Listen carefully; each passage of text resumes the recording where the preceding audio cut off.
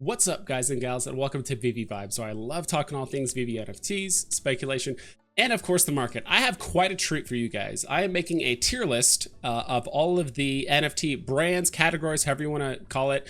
I know this is going to be a gross generalization of a lot of categories in NFTs, because even within some of these categories, there's some NFTs that are considered very, very high tier, or grails, and then other ones are maybe blue chip, and then other ones within that same category that might not be as good, maybe even bottom tier. If you guys haven't seen, a lot of content creators do this on Twitch, YouTube, things like that. They have a tier list maker. I'm going to try and share this on Twitter. I would love to see other content creators or just other people in the community as in general, just kind of rate the listing as much as they can based on category. I think this will be kind of a cool way to get a consensus of how people feel about certain brands, how they're performing on the market. In my personal opinion, I'm kind of curious how this plays out. I kind of copied and pasted like all these pictures on here just in general.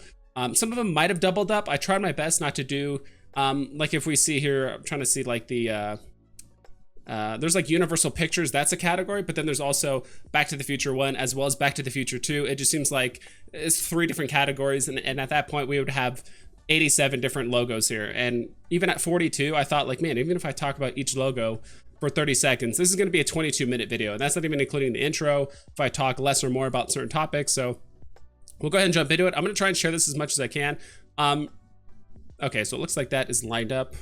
So S tier, in my opinion, is basically an IP or a category that you just cannot go wrong with. It usually has either a grail or a blue chip within it, and usually a lot of the other NFTs within that category or within that brand, you just can't go wrong with just in general. The IP is just so strong, it's so recognized internationally, you can't go wrong with it. They tend to resist dips very, very well, and when they do recover from gem squeezes, they tend to recover very well and sometimes even surpass what their previous highs even were. A tier NFTs are or I should say categories. Let's say NFTs, but like I said, this is a gross generalization of a lot of stuff. A tier means it's very, very good. It's very solid. You can't go wrong with these either. There might be a little bit of movement here and there, but overall, people recognize the IP. It's going to go places. That's kind of how I identify the A tier. B tier are some of them, like some of the lesser known IPs, or maybe they are well known in certain circles. They might have a catalyst or two, either like tied to like the Veveverse or maybe certain regions and stuff like that really kind of rely on that in order to do well, but it could still do well in the meantime and still see some overall price action. C tier is not the worst one, obviously. C tier is just one that needs a lot of work, and if the right community somehow jumps on to Veve and they have a lot of money and they can make some things happen, I could see it happen, but we might need to see a lot more effort from like the IP itself and promoting it, or in my opinion, it's just not going to do that well. Sometimes some of the C tier stuff might need to rely, maybe even B tier might need to rely on something like Immutable X, because I do think that the Veve community just puts a very big emphasis on Marvel, Disney, DC, and anything else kind of gets overlooked. So these kind of NFTs or these categories might need to actually move over to something like Immutable X in order to actually see some good value, and maybe that could create value within Veve if we see some good Immutable X numbers. D tier is, I don't see these doing very well. These have on a consistent basis not done very well. They always trend downward, and I just do not see a lot of light at the end of the tunnel. And this is, I think, where we're going to start seeing a gap in the next year or so. NFTs that are going to keep going away, and NFTs that might actually keep getting cheaper. And I think some of these NFTs could be in the realm of ones that are getting cheaper. So we're already quite a few minutes into this video. I might have to break this video up into 2, maybe even potentially 3 parts, just depends on how long it's going to take. So I'll try and keep an eye on things as we're going along here. So first things first, and the ones down here are like absolutely no particular order. It's actually kind of cool. When I put in the things, it just scrambled them up for me. So I don't think these are in like alphabetical order or anything like that. They actually kind of seem to be, but not really. Regardless, we'll go into it. Star Trek: The Next Generation. So this includes the Enterprise, the Borg cubes, all that stuff. And I'm saying this as a very big Star Trek fan myself. I've watched all the shows except for Picard and maybe the original series. I watched a good portion of it. As of right now, I would probably have to put it in the high C tier category. And again, so it goes from top to bottom, but also left to right too. I'm going to try my best to rank these from left to right. So if there's multiple C tier categories or NFTs here, or IPs. I rank usually the highest one on the left and the lowest one on the right as well. So putting Star Trek in the C tier, haven't seen a whole lot of price action with these. These things do tend to jump up quite a bit. I think this is going to heavily rely on the catalyst of just, honestly, the show's doing well, more fandom getting into the platform. So from what I've seen, I haven't seen a whole lot of movement from like the Star Trek Next Generation NFTs. They haven't significantly gone up in value. And I can think of just off the top of my head, a handful of NFTs I would rather purchase that I think would do better in the short, mid, and long term compared to Star Trek. So I'm putting Star Trek in the high C tier. Spider-Man, no doubt he's S tier. He is the most successful superhero on the app with the Secret Rare Spider-Man. All of the Spider-Mans I think are a solid pickup. You can't go wrong with any of them. And I think with Spider-Man being released into the Marvel Mighty set, it's easily the most successful Marvel Mighty set, and I think it will do better than all the rest. Depending on how much Disney pushes or say Marvel pushes certain heroes and characters over the next couple years and stuff. But overall, Spider-Man is an S tier. Everyone knows the Secret Rare. That is the grail of all grails for the most part. It is great. I don't think it really needs much else other explanation. Powerpuff Girls. I would give this one... I'm gonna have to move it eventually. I might have to scoot it over to the right. I do think it's B tier. There does see some movement. I think it is solely being carried by the fact that it is very low mint. It is season 1, which is great, but and I've said this before, until we get to the point where Marvel, DC, and Disney, all their NFTs kind of price themselves out, I don't think anyone's going to be really investing heavily into Powerpuff Girls. Like there hasn't been any shows or movies or anything kind of done with them, and I would assume decades by now. It's a nice nostalgic thing, but again, the low mints, and I think the market or the community has kind of shifted into investing more into very popular characters and IPs over just low mints. I think that's kind of more of an early Veve thing, and we've kind of gone away from that. You know, when we think about Nightwing, 2 TOTS for a Nightwing, low mint, higher rarity. Like rarities and mints don't matter all that much. I mean, you even look at something like Iron Man versus the Avengers logo. Avengers logo is half the mints, higher rarity, but Iron Man is still a higher price because people want FA Iron Man, not a logo at the end of the day. I do follow Randy Chavez's thought process of people want to invest in and characters and people and stuff like that rather than things and objects and stuff. There's some exceptions to that, but not too many. I do have my phone here in case I do need to look up some of these categories. Sometimes I just forget which NFTs are tied to like which categories or groups. Mondo, I would say, I think that's the one with all the posters like Back to the Future and then some other Bill and Ted and Jaws and all that stuff. I'd have to put these like low C tier, maybe even potentially high D tier. Nostalgic, movies and stuff, but again, posters. I think people would much rather have a Jaws NFT or actually have like the Bill and Ted, phone booth or whatever the thing they use to travel in time. They'd rather have that than a poster.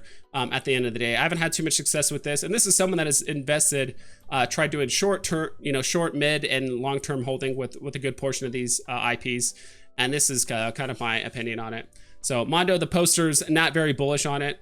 Next one is Mickey and Friends. So Mickey and Friends, I would say. This is like the brand new cards. It's hard not to honestly put everything in Disney into high S tier. I would say it's really hard to overlook these between the two. You honestly cannot go wrong with these. The only reason why I see these potentially not, I'm gonna put these in S tier for now. Again, some of these I might actually end up changing up, so you guys should watch the whole series if I do it. For now, I'm putting it in S tier. These are some of the most collectible looking things you can imagine. I think any Disney fan would love to have these. These are lenticular cards with their most beloved characters. Has the cool background with like the room, and it fits their personality perfectly. Has a signature that matches their personality again. Has the music, gold trim, like everything. Just screams a collector's item through and through. So I'm putting that at S tier for now. There's a small chance I might put it at a very, very high A tier just because it's so new. But for now, I don't think you can go wrong with that at all. Myrmicornos, I'm probably going to put that in the B tier for now. It is definitely below Powerpuff Girls. Myrmicornos, quite a few mints, a lot of variety. I do think it will get propped up a little bit by the Master Collector points because they are one of the cheaper sets to fulfill. So I'm just kind of lumping together season 1 and season 2 together on this. So I do think they're getting propped up a bit by that. They are one of the more affordable NFTs, so there is a bit of movement happening. So you can do a bit of like margin trading or flipping. The 2.5% fee is nice. And it does seem like, you know, it is one of the series that will continue to keep getting releases as long as it just keeps coming out. The original series or some of the earlier series might get more attention, which is nice. But overall, I put a low B tier. It's not the thing I would invest in the most. It's a nice thing to kind of grab when you want to round out your vault. You know, you buy some big ticket NFTs, but you have a couple hundred gems left. You could definitely stack some Murmur-Cornos in the meantime, get those easy master collector points on the cheap. The Hawkeye, I think it's like the Captain America like poster or whatever. I haven't seen much of this. This is probably one of the very last things I would care to invest in. I'm sure there's someone that might say otherwise, but I haven't invested in it. It doesn't seem to be doing too well. I would imagine it's only down and trending to the right. It's a poster, 8.5% fee. I'm not sure what else there is to say. Marvel Mighties, and again, like this one's kind of hard because I'm lumping together all the Marvel Mighties. I'm talking like the Fantastic Four, all the Captain Americas, as well as the new Spider-Man series. To be honest, if you would have asked me a few weeks ago, even a month ago, I probably would have put these in the high B tier. But I think I'm going to put it A tier because there is a massive catalyst. Marvel Mighties, I think, are catching on, being pretty popular. If other popular IPs keep getting involved with the Marvel Mighties, that'd be awesome. And if there's any kind of gamification, we could maybe see this jump up to S tier.